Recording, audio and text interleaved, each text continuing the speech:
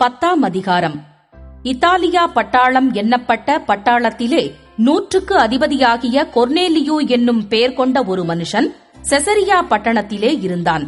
அவன் தேவபக்தி உள்ளவனும் தன் வீட்டார் அனைவரோடும் தேவனுக்கு பயந்தவனுமாயிருந்து ஜனங்களுக்கு மிகுந்த தருமங்களைச் செய்து எப்பொழுதும் தேவனை நோக்கி ஜெபம் பண்ணிக் கொண்டிருந்தான். பகலில் ஏறக்குறைய 9ஆம் மணி நேரத்திலே தேவனுடைய தூதன் தன்னிடத்தில் வரவும் கொர்னேலியுவே என்று அழைக்கவும் பிரத்யட்சமாய் தரிசனங்கண்டு அவனை உற்று பார்த்து பயந்து, ஆண்டவரே, என்ன என்றான். அப்பொழுது அவன், உன் ஜெபங்களும் உன் தருமங்களும் தேவனுக்கு நினைப்பூட்டுதலாக அவர் சந்நிதியில் வந்தெட்டி இருக்கிறது. இப்பொழுது நீ யோப்பா பட்டணத்துக்கு மனுஷரை அனுப்பி பேதுரு என்று மறுபெயர் கொண்ட சீமோனை அழைப்பி. அவன் தோல் பதனிடுகிறவனாகிய சீமோன் என்னும் ஒருவனிடத்திலே தங்கியிருக்கிறான். அவனுடைய வீடு கடலோரத்தில் இருக்கிறது. நீ செய்ய வேண்டியதை அவன் உனக்கு சொல்லுவான் என்றான். கொர்னேலியு தன்னுடனே பேசின தேவதூதன் போன பின்பு தன் வீட்டு மனுஷரில் 2 பேரையும் தன்னிடத்தில் சேவிக்கிற போர் சேவகரில் தேவபக்தியுள்ள ஒருவனையும் அழைத்து எல்லாவற்றையும் அவர்களுக்கு விவரித்துச் சொல்லி அவர்களை யோப்பா பட்டணத்துக்கு அனுப்பினான். மறுநாளிலே அவர்கள் பிரயாணப்பட்டு அந்த பட்டணத்துக்கு சமீபித்து வருகையில் பேதுரு 6ஆம் மணி நேரத்திலே ஜெபம் பண்ணும்படி மேல் வீட்டில் ஏறினான்.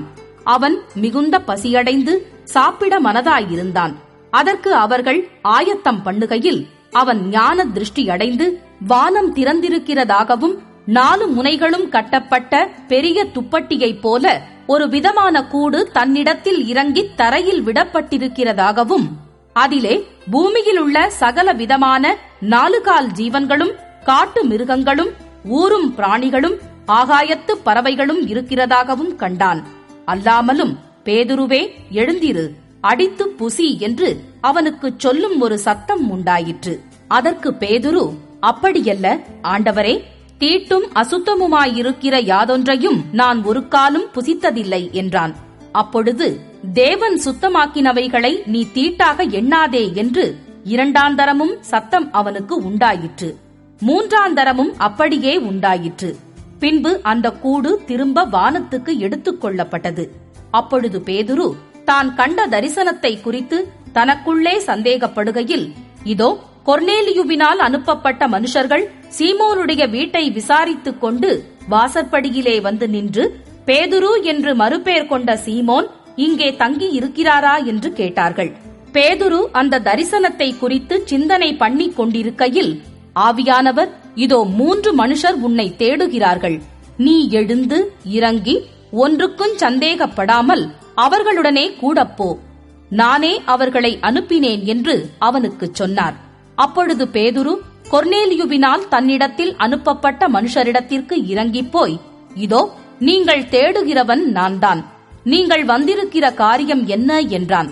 அதற்கு அவர்கள், நீதிமானும் தேவனுக்கு பயப்படுகிறவரும் யூத ஜனங்கள் எல்லாராலும் நல்லவரென்று சாட்சி பெற்றவருமாகிய கொர்னேலியோ என்னும் 100க்கு அதிபதி உம்மை தம்முடைய வீட்டுக்கு அழைப்பித்து உம்மால் சொல்லப்படும் வார்த்தைகளை கேட்கும்படி பரிசுத்த தூதனாலே தேவயத்தனமாய் கட்டளை பெற்றார் என்றார்கள்.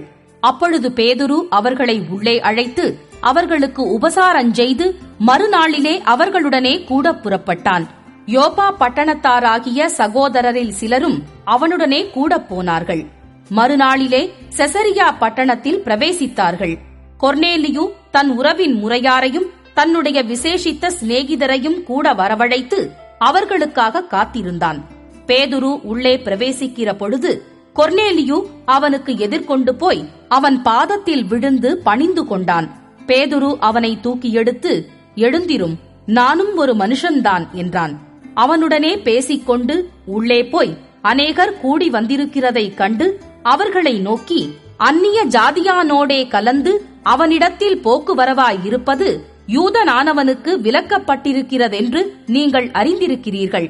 அப்படியிருந்தும் எந்த மனுஷனையும் தீட்டுள்ளவனென்றும் அசுத்தனென்றும் நான் சொல்லாதபடிக்கு தேவன் எனக்கு காண்பித்திருக்கிறார். ஆகையால் நீங்கள் என்னை அழைப்பித்த போது நான் எதிர்பேசாமல் வந்தேன். இப்போதும் என்ன காரியத்துக்காக என்னை அழைப்பித்தீர்கள் என்று கேட்கிறேன் என்றான்.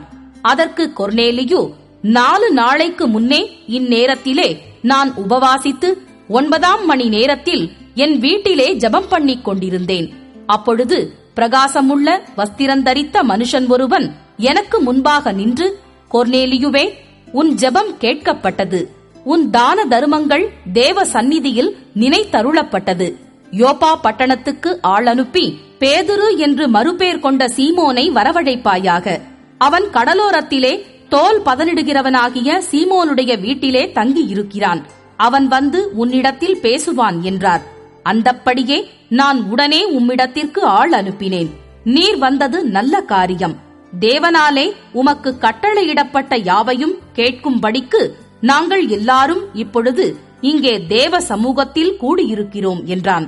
அப்பொழுது பேதுரு பேசத் தொடங்கி, தேவன் பட்சபாதம் உள்ளவர் அல்ல என்றும், எந்த ஜனத்திலாயினும் அவருக்கு பயந்திருந்து நீதியை செய்கிறவன் எவனோ அவனே அவருக்கு உகந்தவன் என்றும் நிச்சயமாய் அறிந்திருக்கிறேன். எல்லாருக்கும் கர்த்தராயிருக்கிற இயேசு கிறிஸ்துவை கொண்டு அவர் சமாதானத்தை சுவிசேஷமாய் கூறி இஸ்ரவேல் புத்திரருக்கு அனுப்பின வார்த்தையை அறிந்திருக்கிறீர்களே. யோவான் ஞானஸ்நானத்தை குறித்து பிரசங்கித்த பின்பு கலிலேயா நாடு முதற்கொண்டு யூதேயா தேசமெங்கும் நடந்த சங்கதி இதுவே. நசரேயனாகிய இயேசுவை தேவன் பரிசுத்த ஆவியினாலும் வல்லமையினாலும் அபிஷேகம் பண்ணினார். தேவன் அவருடனே கூட இருந்தபடியினாலே அவர் நன்மை செய்கிறவராயும் பிசாசின் வல்லமையில் அகப்பட்ட யாவரையும் குணமாக்குகிறவராயும் சுற்றித் திரிந்தார். யூதருடைய தேசத்திலும் எருசலேமிலும் அவர் செய்தவைகள் எல்லாவற்றிற்கும் நாங்கள் சாட்சிகளாயிருக்கிறோம். அவரை மரத்திலே தூக்கி கொலை செய்தார்கள். 3ஆம் நாளிலே தேவன் அவரை எழுப்பி பிரத்தியட்சமாய் காணும்படி செய்தார். ஆயினும் எல்லா ஜனங்களுக்கும் பிரத்தியட்சமாகும்படி செய்யாமல் அவர் மரித்தோரிலிருந்து எழுந்த பின்பு அவரோடே புசித்து குடித்தவர்களும் தேவனால் முன்பு நியமிக்கப்பட்ட சாட்சிகளுமாகிய எங்களுக்கே பிரத்தியட்சமாகும்படி செய்தார். அன்றியும் அவரே உயிரோடு இருக்கிறவர்களுக்கும் மரித்தோர்களுக்கும் தேவனால் ஏற்படுத்தப்பட்ட நியாயாதிபதி என்று ஜனங்களுக்கு பிரசங்கிக்கவும் சாட்சியாக ஒப்புவிக்கவும் அவர் எங்களுக்கு கட்டளையிட்டார். அவரை விசுவாசிக்கிறவன் எவனோ அவன் அவருடைய நாமத்தினாலே பாவ மன்னிப்பை பெறுவான் என்று தீர்க்கதரிசிகள் எல்லாரும் அவரை குறித்தே சாட்சி கொடுக்கிறார்கள் என்றான். இந்த வார்த்தைகளை பேதுரு பேசிக் கொண்டிருக்கையில் வசனத்தை கேட்டவர்கள் யாவர் மேலும் பரிசுத்த ஆவியானவர் இறங்கினார். அவர்கள் பல பாஷைகளை பேசுகிறதையும் தேவனை புகழுகிறதையும் பேதுருவோடே கூட வந்திருந்த விருத்த சேதனமுள்ள விசுவாசிகள் கேட்கும்போது பரிசுத்த ஆவியின் வரம் புறஜாதிகள் மேலும் பொழிந்தருளப்பட்டதை குறித்து பிரமித்தார்கள். அப்பொழுது பேதுரு, நம்மை போல பரிசுத்த ஆவியை பெற்ற இவர்களும் ஞானஸ்நானம் பெறாதபடிக்கு எவனாகிலும் தண்ணீரை விலக்கலாமா என்று சொல்லி கர்த்தருடைய நாமத்தினாலே அவர்களுக்கு ஞானஸ்நானம் கொடுக்கும்படி கட்டளையிட்டான். அப்பொழுது சில நாள் அங்கே தங்கும்படி அவனை வேண்டிக் கொண்டார்கள்.